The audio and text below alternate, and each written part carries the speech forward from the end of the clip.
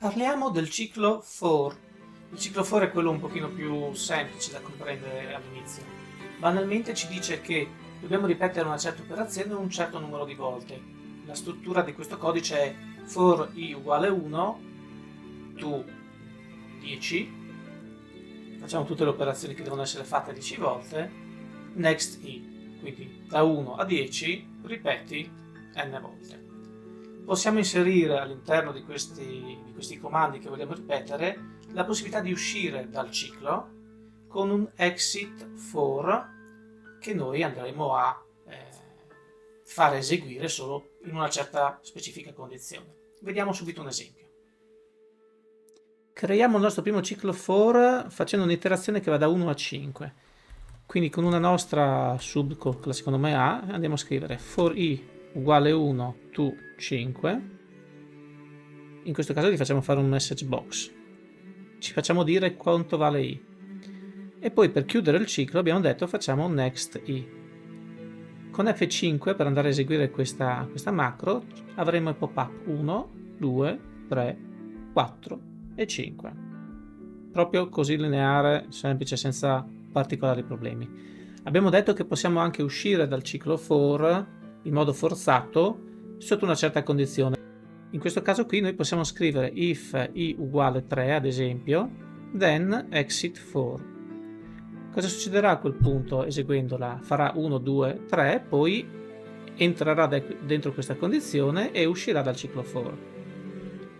Quindi farà 1, 2, 3, il 4 non ci arriverà perché appunto interromperà il ciclo. Con il ciclo for abbiamo anche la possibilità di essere un pochino più flessibili perché non è sempre detto che noi sappiamo quante volte vada ripetuto il ciclo. Pensiamo ad esempio al caso in cui vogliamo recuperare i nomi di tutti i fogli che stanno nella nostra cartella di lavoro. Potremmo contarli prima, certo, ma se un domani aggiungiamo un nuovo foglio o ne togliamo qualcuno, questo totale di fogli cambierà. Quindi noi possiamo dire for each, mettiamo un contatore, una variabile, insomma, e ci mettiamo, si chiama una collezione, quindi in questo caso nell'esempio sarebbe la collezione dei fogli di lavoro, quindi for each s nella collezione dei fogli di lavoro fai un qualche cosa, next s. Anche qui la cosa viene molto più chiara guardando un esempio. Adesso facciamo il ciclo dove non sappiamo quante volte esattamente dovremo ripetere le varie operazioni. Facciamo il for each. Anche qui facciamo la nostra sub A e ci mettiamo for each s. Il nome prima abbiamo usato la i, ma potete usare qualsiasi nome vogliate purché non sia una parola riservata di Visual Basic, ovviamente.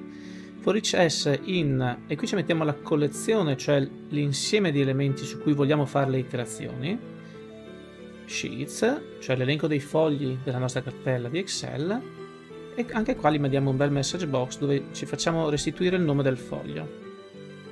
E per chiudere il ciclo in questo caso facciamo next s, ovviamente.